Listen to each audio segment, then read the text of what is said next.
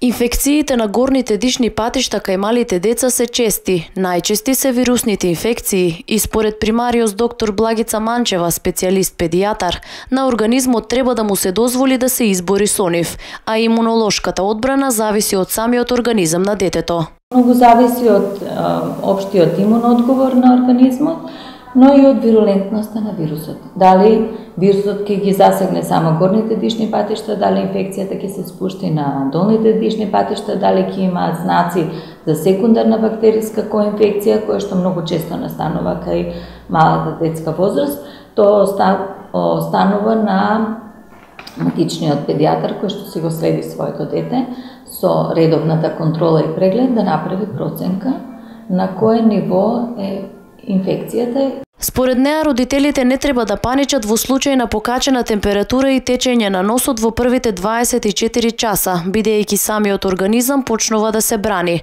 Во ваквите случаи таа советува да бидат потрпеливи и да се советуваат со педијатар само доколку состојбата кај детето се влоши. Би требало да бидат малку потрпеливи, да делуваат симптоматски со течности, нели чаеви, топли напитоци, поголем внес на витамини, симптоматска терапија, доколку температурата е повисока од 38,5, зошто го потенцираме тоа? И тука се прави основна грешка, значи, кога организмот е атакиран од одреден вирус, неговиот имун одговор ја покренува цела една низа на воспалителни реакции. Како што вели примариус доктор Манчева, организмот на децата е многу поиздржлив и поспособен да се брани отколку кај возрастните. Затоа таа препорачува да не се носи веднаш на лекар и да се бара терапија која веднаш ќе дејствува, туку да му се остави време тој самиот да се избори онолку колку што му е потребно.